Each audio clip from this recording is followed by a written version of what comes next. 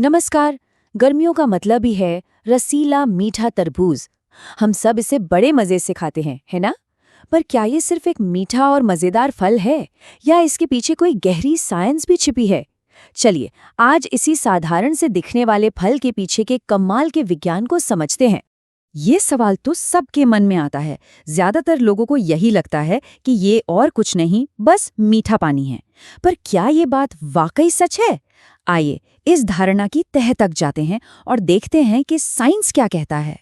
हाँ, ये बात तो है कि तरबूज में करीब करीब 92% पानी ही होता है।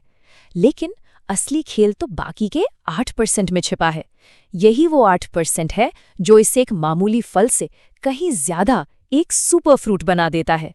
तो चलिए शुरू करते हैं इसके सबसे जाने पहचाने फायदों से, यानी ये हमें हाइड्रेटेड कैसे रखता है और वजन कंट्रोल करने में कैसे मदद करता है।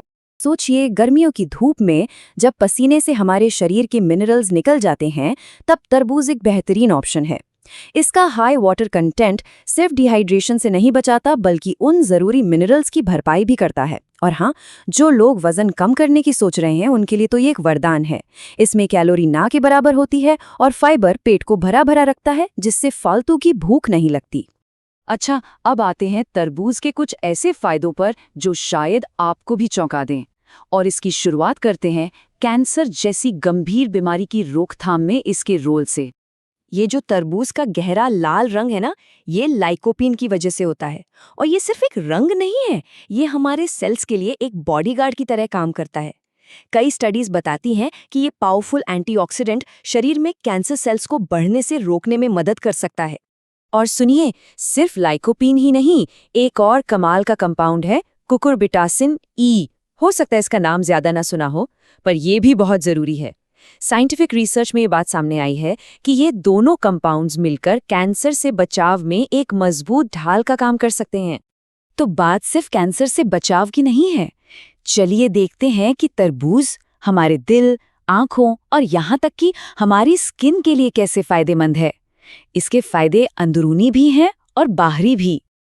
यहाँ एंट्री होती है एक और हीरो कंपाउंड की, जिसका नाम है सिट्रुलिन।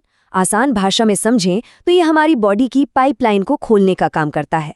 हमारा शरीर इस सिट्रुलिन को नाइट्रिक ऑक्साइड में बदल देता है, जो हमारी खून की नसों को रिलैक्स करके फैलाता है, जिससे ब्लड सर्कुलेशन एकदम बढ़िया हो जाता है। तो होता क्या है, जब ब्लड फ्लो अच्छा होता है तो इसका सीधा असर हाई ब्लड प्रेशर पर पड़ता है, वो कम होने लगता है। और इतना ही नहीं, क्योंकि नाइट्रिक ऑक्साइड इरेक्शन में एक बहुत ज़रूरी भूमिका निभाता है, इसलिए तरबूज इरेक्टाइल डिस्फंक्शन जैसी समस्याओं में भी काफ़ी फायदेमंद साबित हो सकता है।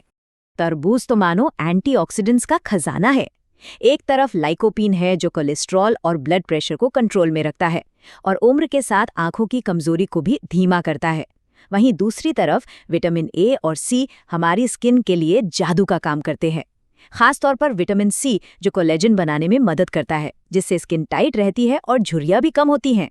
लेकिन एक सवाल है जो तरबूज को लेकर हमेशा पूछा जाता है, और ये सवाल डायबिटीज के मरीजों के लिए तो और भी जरूरी हो जाता है। क्या इसकी मिठास उनके लिए एक समस्या है? सवाल बहुत सीधा है। क्योंकि ये इतना मीठा होता है तो अक्सर ये मान लिया जाता है कि डायबिटीज वालों के लिए ये बिल्कुल सही नहीं है। लेकिन क्या ये पूरी सच्चाई है? इसका जवाब इसकी मिठास में नहीं, बल्कि विज्ञान में छिपा है। इसका जवाब समझने के लिए ना हमें दो चीजें समझनी होंगी। पहला है ग्लाइसीमिक इंडेक्स यानी जीआई, और दूसरा है ग्लाइसीमिक लोड यानी जीएल। देखिए, जीआई बताता है कि कोई खाना कितनी तेजी से खून में शुगर छोड़ता है, और जीएल बताता है कि उस खाने से कुल कितनी मात्रा में शुगर खून में पहुंचती है। मतलब एक है स्पीड और दूसरी है क्वांटिटी। तो अब देखते हैं तरबूज के केस में क्या होता है। इसका ग्लाइसीमिक इंडेक्स यानी शुगर रिलीज करने की स्पीड वो है 72, जो कि हाई मानी जाती है। मतलब ये ब्लड में शुगर तेजी से छोड़ता है।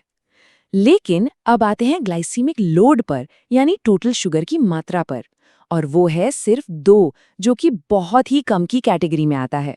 मतलब सीधा सा है, तरबूज से शुगर खून में जाती तो तेजी से है, पर जाती बहुत थोड़ी सी है। और यही वो साइंटिफिक फैक्ट है जो डायबिटीज से जुड़ी इस पूरी कंफ्यूजन को दूर कर देता है। तो इन सब बातों के बाद आखिरी फैसला क्या है? तरबूज खाना चाहिए या नहीं? चलिए समझते हैं कि इस कमाल के फल को खाने का सबसे स्मार्ट तरीका क्या है। देखिए, एक बहुत पुरानी और सच्ची बात है कि दवा और जहर में सिर्फ डोज का फर्क होता है, और यही बात तरबूज पर भी फिट बैठती है। सही मात्रा में खाया जाए तो ये अमृत है, लेकिन जरूरत से ज्यादा कुछ भी नुकसान कर सकता है। इसलिए इसका एक ही नियम है, मॉडरेशन। यानी डायबिटीज के मरीज भी इसे खा सकते हैं, बस मात्रा का ध्यान रखना होगा। तो चलिए इस पूरी जानकारी को 4 आसान स्टेप्स में समेट लेते हैं। पहला, इसके अनगिनत फायदों को जानिए। दूसरा, ये समझिए कि इसका जीआई हाई है। तीसरा, ये याद रखिए कि इसका जीएल बहुत कम है। और सबसे जरूरी चौथा स्टेप, हमेशा इसे सीमित मात्रा में ही खाइए। तो अब जब तरबूज के पीछे का ये पूरा विज्ञान पता चल गया है, तो जरा सोचिए, सिर्फ स्वाद और ताजगी के अलावा अब इसे खाने का नया कारण क्या होगा। अगली बार जब हाथ में तरबूज की फाक हो, तो सिर्फ उसकी मिठास नहीं, उसके इन कमाल के फायदों को भी जरूर याद कीजिएगा।